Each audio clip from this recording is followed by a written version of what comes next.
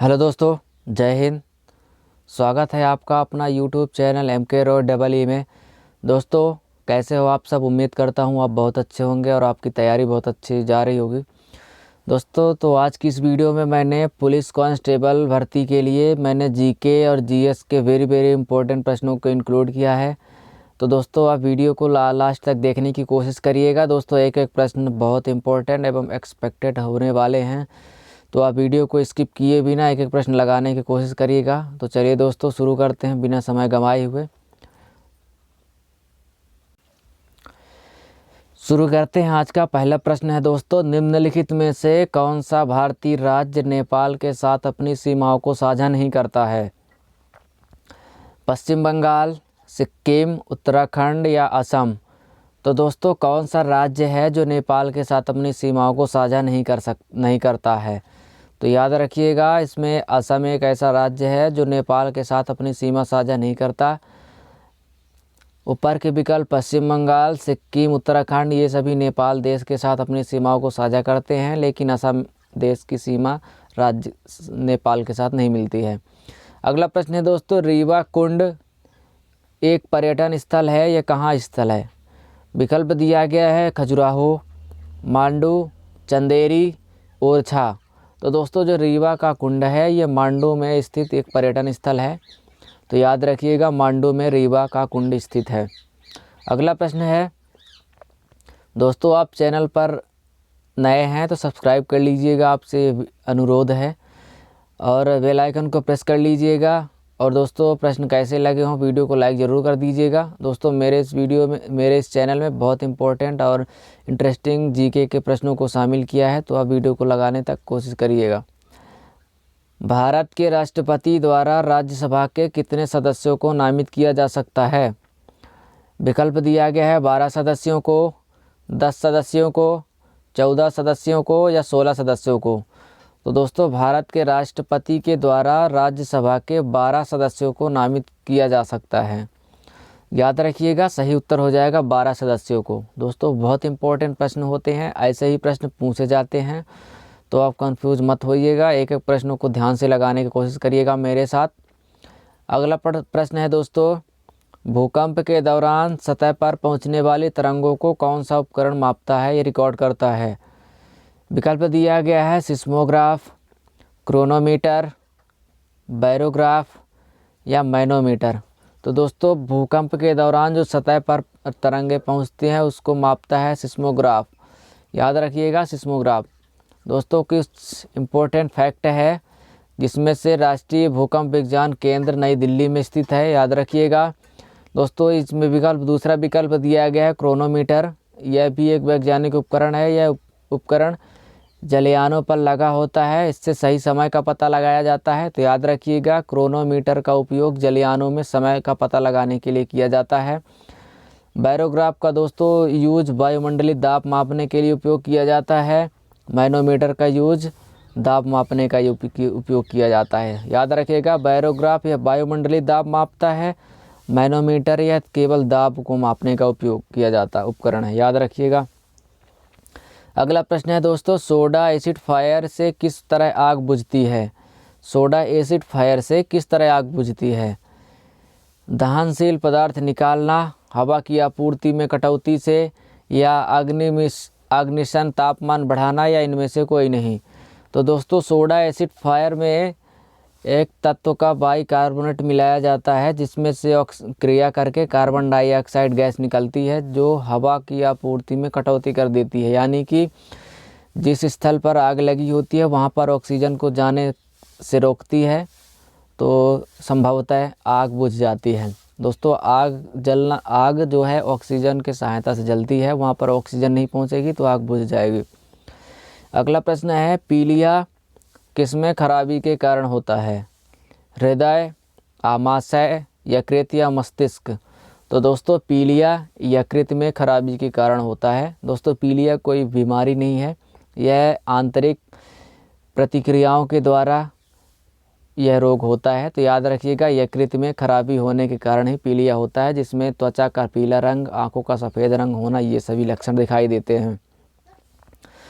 अगला और इम्पोर्टेंट प्रश्न दोस्तों, दूध को दूध पाउडर में कैसे बदला जाता है। दोस्तों ये कुछ प्रक्रियाएं दी गई हैं जिसमें से पूछा गया है कि दूध को दूध पाउडर में कैसे बदला जाता है। विकल्प दिए गए हैं बॉटलिंग, निर्जलीकरण, कैनिंग या वैक्यूम ड्रायर। तो दोस्तों दूध को दूध पाउडर में बदलने के लिए निर्जलीकरण प्रक्रिया का उपयोग किया जाता है, जिसमें से दूध को दूध पाउडर बनाया जाता है। दोस्तों कुछ प्रक्रियाओं के बारे में दिया गया, जैसे बोटलिंग दोस्तों किसी भी उत्पाद जैसे बियर, मिनरल वाटर आदि को बोतलों में डालने और बोतलों को बंद करने की प्रक्रिया होती है। वैक्यूम दोस्तों ड्रायर एवं वैक्यूम बनाने के लिए माध्यम से एक पदार्थ में मौजूद नमी को हटाने की प्रक्रिया होती है। कैनिंग दोस्तों प्रसंस्करण द्वारा भोजन को संरक्षित करने और एयर टाइट कंटेनर में सील करने की एक विधि होती है। दोस्तों आपने पैकेट बंद पदार्थों, खाद्य पदार्थों को देखा होगा, उसके अंदर एयर टाइट रहती है, यानी एयर भरी रहती है। यह प्रक्रिया कैनिंग के माध्यम से, यह प्रक्रिया कैनिंग कहलाती है। दोस्तों आप स्क्रीनशॉट ले सकते हैं, बहुत इम्पोर्टेंट जानकारी है। अगला प्रश्न है, निम्नलिखित में से किस ब्लड ग्रुप को यूनिवर्सल रिसीवर कहा जाता है। वेरी वेरी इंपॉर्टेंट प्रश्न दोस्तों, साइंस का प्रश्न है। O positive, O negative, AB+ या A+। तो दोस्तों यूनिवर्सल रिसीवर यानी कि जो सभी ब्लड ग्रुपों के साथ अपना ब्लड ग्रुप ले सकता है। तो यूनिवर्सल रिसीवर दोस्तों AB+ को कहा जाता है, या इसको सभी ब्लड ग्रुप दे सकते हैं। दोस्तों अतिरिक्त जानकारी है, ओ रक्त प्रकार एक अद्वितीय है, इसमें कोई एंटीजन नहीं पाए जाते हैं। दोस्तों सार्वभौमिक दाता रक्त प्रकार ओ निगेटिव होता है। ओ निगेटिव जो होता है दोस्तों सार्वभौमिक रक्तदाता होता है, ये सभी ब्लड ग्रुपों के साथ दे सकता है, इसमें कोई भी एंटीजन नहीं पाए जाते हैं।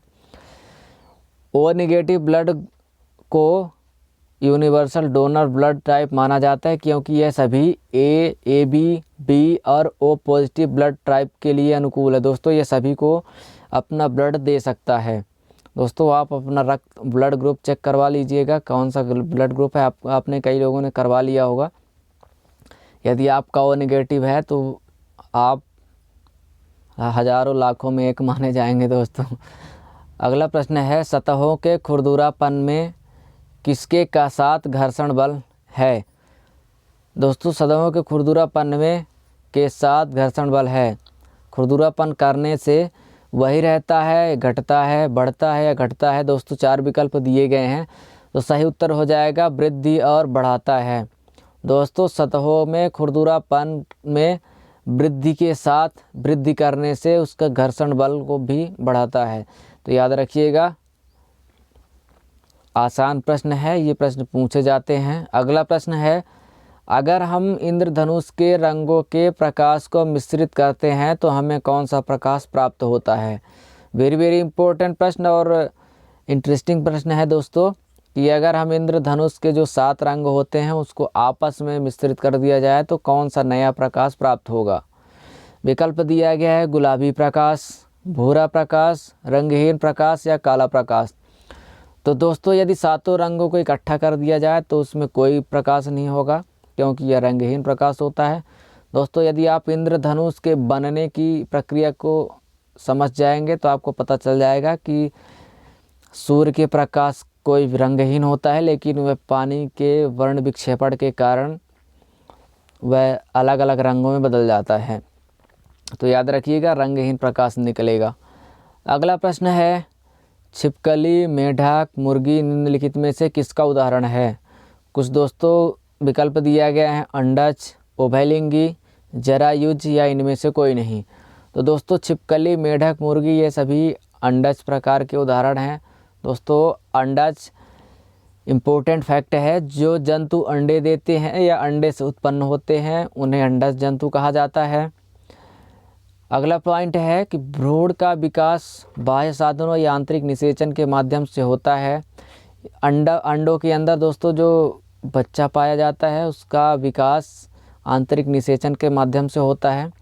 अंडा देने वाले जंतुओं को अंड प्रजक्ता कहा जाता है, जैसे कि अंडा जंतु के उदाहरण है मुर्गी, मेढक, छिपकली, तितली, मछलियाँ, सरीसृप, कौवा या कोई अन्य पक्षी। तो याद रखिएगा ये सभी अंडज के उदाहरण है। यहाँ पर दोस्तों जरायुज दिया गया है, ये दोस्तों जो छोटे बच्चों को जन्म देते हैं उस प्रकार की श्रेणी में आते हैं, जरायुज कहा जाता है उनको। तो याद रखिएगा, बहुत इंपॉर्टेंट जानकारी है। अगला प्रश्न है दोस्तों, एक बार फिर से रिक्वेस्ट करता हूँ कि बहुत इंपॉर्टेंट जानकारी यदि आपको मिल रही हो तो आप चैनल को सब्सक्राइब कर लीजिएगा और बेल आइकन को प्रेस कर लीजिएगा। दोस्तों प्रश्न कैसे लगे हों आप वीडियो को लाइक ज़रूर कर दीजिएगा, और आपकी तैयारी में यदि थोड़ा सा भी सहायता मिल रही हो तो आप चैनल को सब्सक्राइब कर लीजिएगा। अगला प्रश्न है, प्रोटीन कहाँ बनता है? विकल्प दिया गया है गोल्गी कॉम्प्लेक्स, राइबोसोम, प्लास्टिड या माइटोकॉन्ड्रिया में। तो दोस्तों इम्पोर्टेंट प्रश्न बन जाता है आपके लिए कि प्रोटीन दोस्तों राइबोसोम में बनता है। याद रखिएगा, राइबोसोम में प्रोटीन बनता है, सही उत्तर हो जाएगा। अगला प्रश्न है दोस्तों, किस वैज्ञानिक या वैज्ञानिकों ने सापेक्षता के सिद्धांत का प्रस्ताव रखा था? विकल्प दिया गया है वाटसन और क्रिक, अल्बर्ट आइंस्टाइन, चार्ल्स डार्विन या जॉन डाल्टन। तो दोस्तों सापेक्षता के सिद्धांत देने वाले वैज्ञानिक का नाम अल्बर्ट आइंस्टाइन थे, प्रसिद्ध वैज्ञानिक दोस्तों जिन्होंने फिजिक्स को निर्माण किया था और हमारी लाइफ को आगे बनाया है। निम्नलिखित में से कौन सा कथन दो वस्तुओं के बीच के गुरुत्वाकर्षण बल पर लागू होता है? दो वस्तुओं के बीच गुरुत्वाकर्षण बल उदासीन होता है। दो वस्तुओं के बीच गुरुत्वाकर्षण बल विकर्षण या आकर्षण हो सकता है। दो वस्तुओं के बीच गुरुत्वाकर्षण बल हमेशा आकर्षक होता है, या दो वस्तुओं के बीच जो गुरुत्वाकर्षण बल होता है वह हमेशा विकर्षक होता है। तो दोस्तों यह कौन सा कथन लागू किया जा सकता है? सही उत्तर हो जाएगा तीसरा। इसमें दिया गया है कि दो वस्तुओं के बीच जो गुरुत्वाकर्षण बल होता है दोस्तों यह हमेशा आपस में आकर्षक होते हैं। तो याद रखिएगा, सही उत्तर हो जाएगा। अगला प्रश्न है, अयस्क में मौजूद रेत, चूना, चट्टानी पदार्थ जैसे अवांछित मिट्टी की अशुद्धियों को कहा जाता है?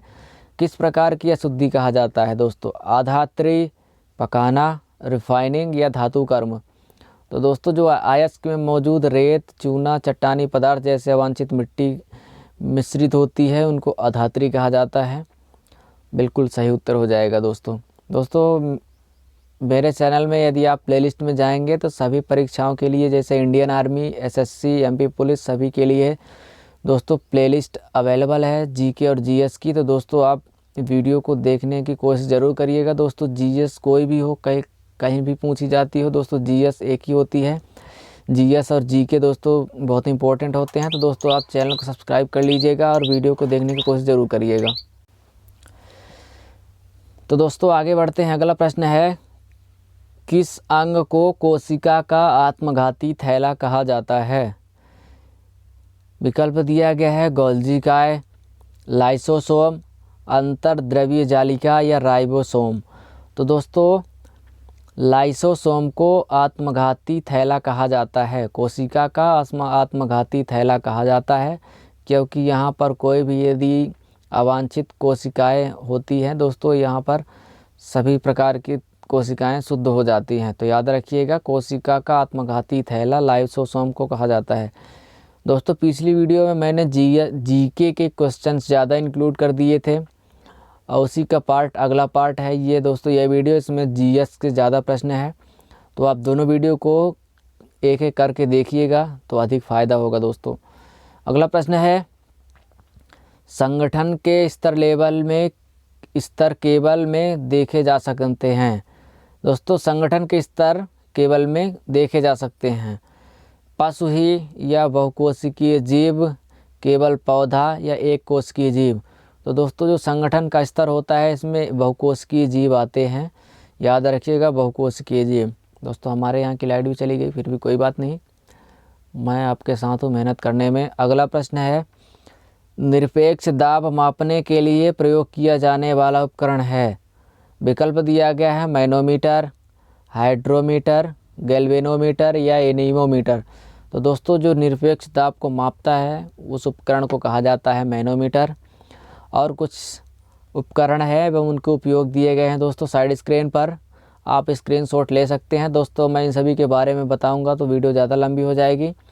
आप इन सबको स्क्रीनशॉट लेकर या वीडियो को रोककर आप इनको पढ़ने की कोशिश करिएगा। दोस्तों आपके लिए मेहनत करके ये सभी इकट्ठा करके ले आता हूँ, तो आप पढ़ने की कोशिश ज़रूर करिएगा। अगला प्रश्न है दोस्तों, एड्स का पूर्ण रूप पूछा गया क्या है? यह कई बार परीक्षाओं में पूछा गया है और इम्पोर्टेंट बन जाता है। इसलिए विकल्प दिया गया है anti immune deficiency syndrome, auto immune deficiency syndrome, acquired immune deficiency syndrome या एक्वायर्ड इम्यून डिजीज सिंड्रोम। तो दोस्तों AIDS जो एड्स है इसका पूर्ण रूप होता है एक्वायर्ड इम्यून डिफिशियंसी सिंड्रोम। दोस्तों एड्स का पूर्ण रूप है, तो दोस्तों सही उत्तर हो जाएगा ये। तो दोस्तों आज के लिए बस इतना ही। दोस्तों कैसी लगी वीडियो आप अपनी राय बताइएगा। दोस्तों कितने इंटरेस्टिंग प्रश्न थे आप ज़रूर बताइएगा।